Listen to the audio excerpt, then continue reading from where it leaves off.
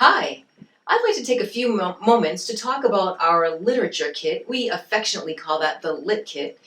It's a kit that has some materials we've put together to help reinforce and support teachers and presenters when we're working with word study. We're trying to help teachers teach and instruct phonology, the speech sound system, and the orthography, the letter and letter patterns that connect to the sounds.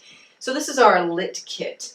And in this kit, you will find things such as fly swatters. So there are some fun, frequent distributed practices you can do in the classroom or in your workshops where you might have a slide or an overhead that has different items, different objects, and you might ask teams to line up on either side of your slide, and the first person in each team has the fly swatter, and their job is to find the object that starts with k, for instance, and they might slap the can or the cup or the cake. So these fly swatters can be really helpful and fun in reinforcing phonological and phonemic awareness.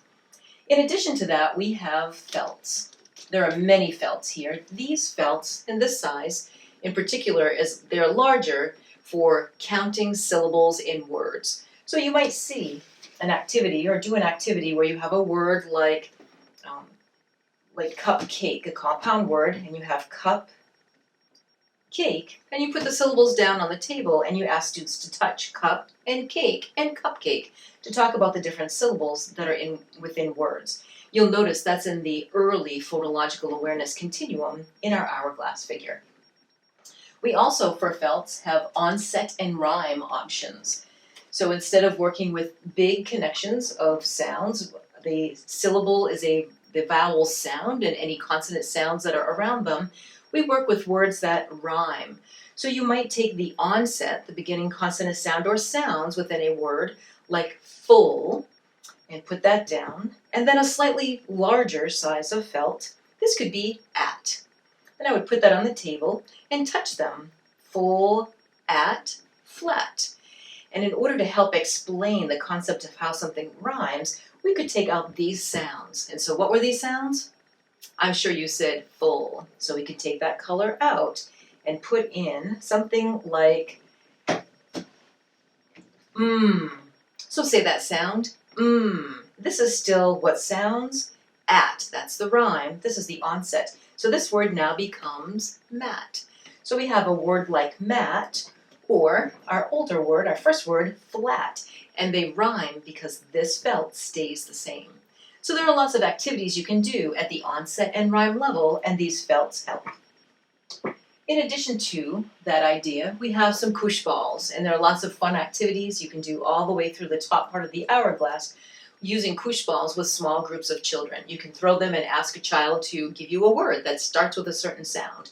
You might take a word and ask them to segment sounds in that word as you shoot the ball from person to person to person. Or you might ask them to count syllables in words. So those are really fun koosh balls, and you can create lots of fun activities for phonology. However, we know that it's important to work with sounds in multiple ways. So there are also our magnetic wands. And magnetic wands, and in each of these kits there are enough materials to work with at least 24 children or 24 adults within a workshop. These magnetic wands go along with these chips, these magnetic chips. And we ask students to count sounds, so they could take these, count sounds in words for our phonemic segmentation and blending options within the basic level of phonological and phonemic awareness. You don't want them to do it just, of course, on blank paper, so you can take a look here on the very bottom, underneath all our felts, we have Elkonin boxes. So I've created some Elkonin boxes, and they are in page protectors so that they stay clean, and we're asking our students to take these Elkonin boxes on their tables, and they may take the chips, and we do something like this. Say the word is sat. Say sat, sat. Show me the sounds in sat. And they would say s, ah, and it would be very important to have all three of those chips be different colors because those are different sounds. And you'd say things like, what sound? T sound, s, find a, and they would point to the middle one, and then you would say, what word? And they would swing their finger underneath this arrow and say sat. And then you could say, now let's zap that away or blend it. What's that word? And you could take your magnetic wand and say sat. So you can do that with 2 sounds, 3 sounds, 4 sounds, and so on and so forth. So the magnetic wands and your chips are also included within this lit kit, along with your Elkonin boxes. This Elkonin box with the page protector also doubles as a whiteboard. So you'll notice on the back that you can have your whiteboard. We have erasers, and again enough for 24 people or students, and at least 24 of these white erase board markers. So after you're tapping your sounds and moving your chips, you can also then ask students to begin to work from sound to symbol. So if you had the word sat, you would ask them then to write an S on top of that first chip, or a T on top of that last chip. So you'd be working from the sound symbol correspondence by writing those words either on their Elkonin boxes or longer words, phrases, and sentences on the back on their little whiteboards in here. There's also phonological and phonemic awareness activities. These are actually really fun. We had a student at Keene High School create this artwork. It's the original artwork, and I'm pretty excited about these because I attempted to extend students' vocabulary with the choices that I had for animals. So you'll notice that there are multiple sets. There's enough again for 6 small groups here to work with 24 children or adults, where these animals, we cut them out and put them in little baggies, and children or adults sort them according to how many syllables within each of these animals.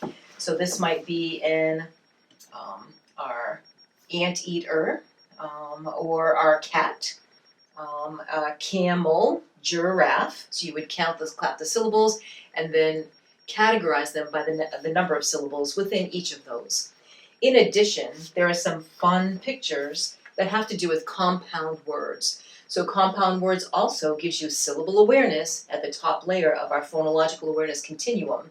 So we might have butterfly, for instance, and then a picture of a butterfly.